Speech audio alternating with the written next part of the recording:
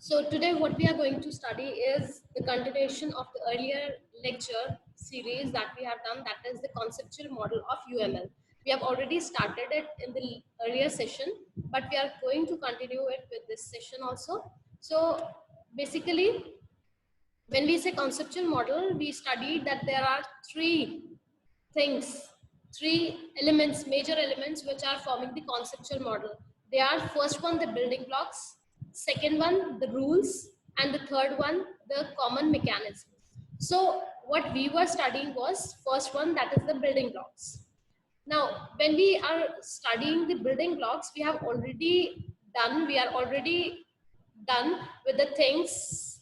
In this, we have done the structural things, we have done the behavioral things. Now we are up to the point where we are going to start the grouping things. From here, I'm going to start. We have done the structural, in which we have done the classes, interface, active class, use case, component, collaboration, and node. Right? In behavior, we have done the two things, that is the interaction and the state machine. Now the third type of thing, that is called as the grouping thing, we have moved to this part. Now what are these grouping things are? See, earlier we have studied basically the single thing, that is, it can be a structural thing or it can be a behavioral thing. When we talk about structural thing, it is a static part. When we talk about the behavioral thing, it is a dynamic part. Now we are talking about the grouping things. The name only suggests that what we are going to do is we are going to group all the things in one component, right? In one component, in one element, which is termed as package. Fine. So what grouping things are? Grouping things are the organizational parts of the UML models. These are the boxes into which a model can be decomposed. That means if I say there is a package of business rules, so that means I can decompose those particular business rules into many modules. Now there is just one primary kind of grouping things that is named, and that is called as package. That means there is one type of grouping thing which is called as the package. What is this package? We are going to understand now. That is, this package is what? It is a general purpose mechanism in which we are doing what? We are organizing the design itself. That means it can have classes, it can have behavioral things, it can have structural things, it can have grouping things, and these particular are collected together and grouped together and made it a package. Now, there is a little difference. You must be thinking that it is similar to the component which we studied earlier, but no. Component is what? Component is the one which is forming, which exists when we run that particular software. During the runtime, this component is present, but package is completely conceptual. When I say the package is completely conceptual, that means it does not exist during the runtime. It only exists during the development time. When we are going to develop this software, only that particular time the package is existing. It is not going to exist during the runtime. So the main difference between the component and the package is that the component exists during the runtime, while the package is purely conceptual and exists only at the development time. So always remember this. Now, how do we graphically render this particular package? It is rendered with the help of tabbed folder. This is the graphical format in which we are going to show or visualize the package. So we are going to write the name of the package inside this folder, tab folder, and here the example I have taken is business rules. So business rules are not going to be there at the development time as in concrete thing. It is a conceptual thing, that is the business rules. So that is why we have done it out here as a package. Now moving to the fourth thing, that is annotation thing. What is annotation? Annotation are again the things which are going to explain the parts, the different parts of the UML model. That means annotation things are the explanatory parts of the UML model.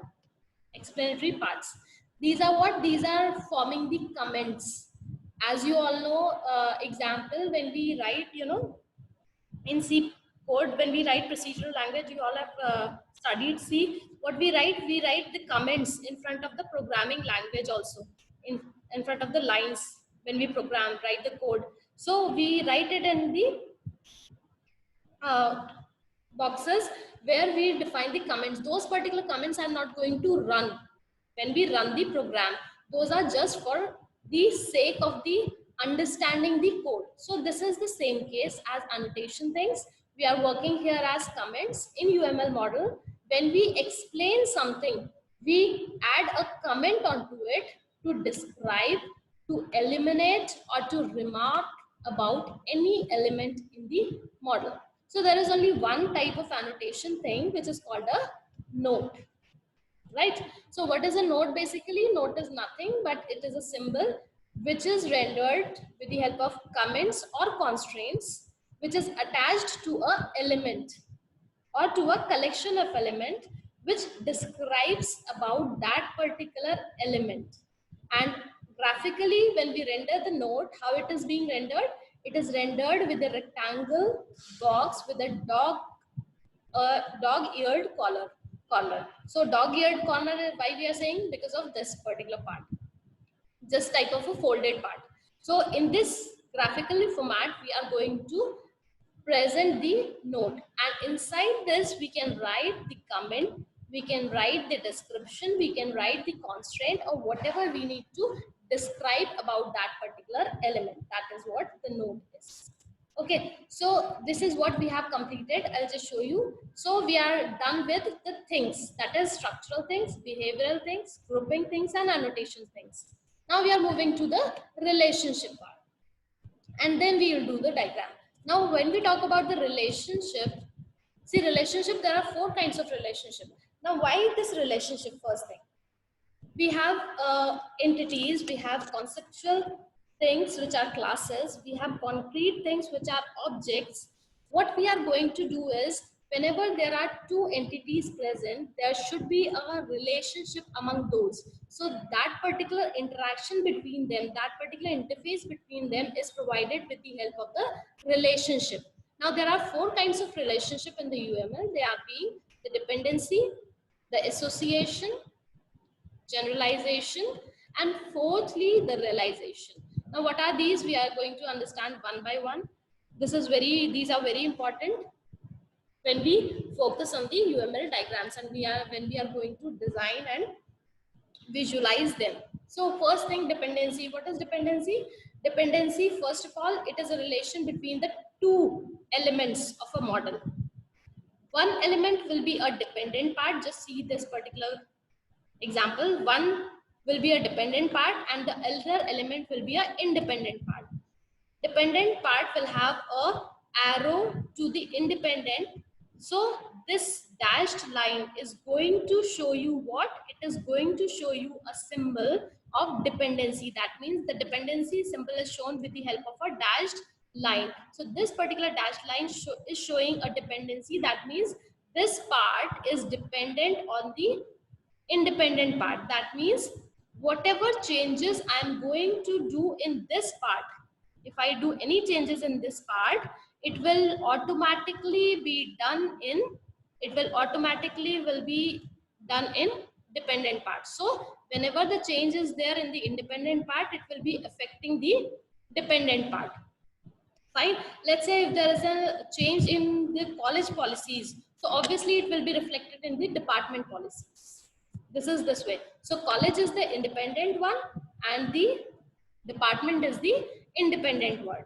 Let's say I'm using graphics and I am having what? I am writing a content that is hello world. Now graphics is the independent part and hello world, the content I am writing, is the dependent part. If I do any changes in the graphics element, the changes will be affecting the hello world also. So I can write it in this way. Let's say I'm writing hello world. I'm writing the short form, it is being HW. This is a box element, one element. uh, sorry, this is shown with the help of a dashed line. So we are going to see it with the help of a dashed line. So this is how the dashed line will be shown, and the arrow will be there. And what is the other one? This is what? This is the graphics, let's say. Okay, GR. So this GR is being the independent part. This is the independent part. Why this is independent part?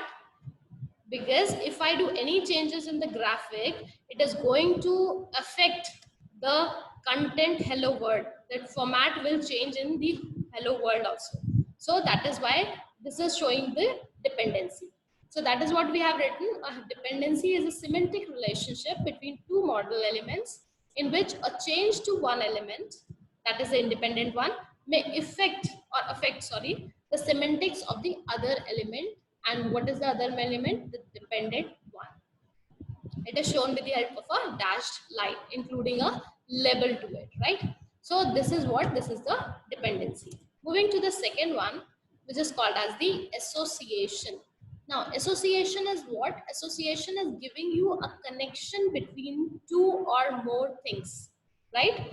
The connection between two or more things is going to describe the link between the two things. Now, these particular things can be instances of classes, that is the objects. There can be two objects, and the two objects can have a link between two. Now, there I have taken an example of employer and employee. These are the instance of class, right? Now, this is the association of employer with the employee. And there is one employer, and with the one employer there can be multiple number of employees. So this is going to show the association between the employer and the employee. It is done with the help of a solid line. So graphically, how do we render the association? It is rendered with the help of a solid line. So this is how the association is defined. An association is a structural relationship among classes that describes a set of links, a link being a connection among objects that are the instances of classes. We all know that object is what? It is an instance of class. So that is what here we have generalized. It represents connection between two or more things, right? So that is what we have the association. Moving to the third one, the generalization. The generalization is what? It can be defined as specialization, generalization. Now, why specialization and generalization? There are two elements. One is called as the child and the other one is called as the parent. Now, in terms of object-oriented, we call the child as the subclass and the parent as the class.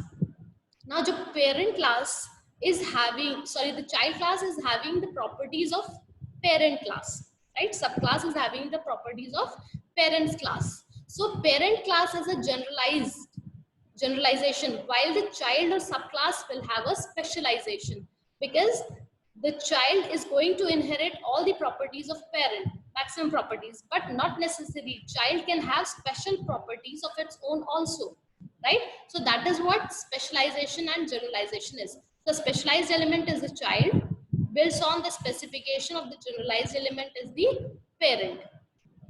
Here, so the child shows the structure and behavior of the parent. Here, if I say, if I take an example out here, how this is, represented, it is represented as subclass, a solid line arrow, triangle arrow, and the parent class. If I say this subclass as a saving account, let's say I have a saving account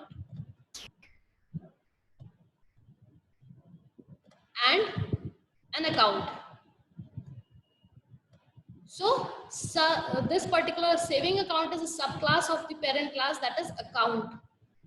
Saving account will be inheriting the properties of account class. The account class is a generalized one, but the saving account has a specialization. Why specialization? Because it will have its own specific attributes or properties which are not present in the parent class. So parent is a generalization or generalized element, and subclass is the specialized. Example, saving element and saving account or account. So I hope this is clear to you all. Moving on to the fourth one, that is the realization. Now what is this realization is? Realization is again a relationship between two classes. One class, if one class is specifying some things, the other class will perform that particular thing or property. That means, I have taken an example out here. I have two classes. One is the HTML parser and the parser. Now parser is defining the interface. So it is specifying something. Parser is specifying what it is defining the interface. And who is going to realize or implement this interface? The HTML parser. So one class is specifying something and the other one is making sure that this is being performed. So parser is defining the interface and this HTML parser is what? It is realizing or implementing the interface. And this is done, or this is shown with the help of a dashed line with the arrow. So this is how we define if there is a dependency between two classes, how we are going to show the arrow. If there is a association, how we are going to graphically show that. So we have to remember all these things.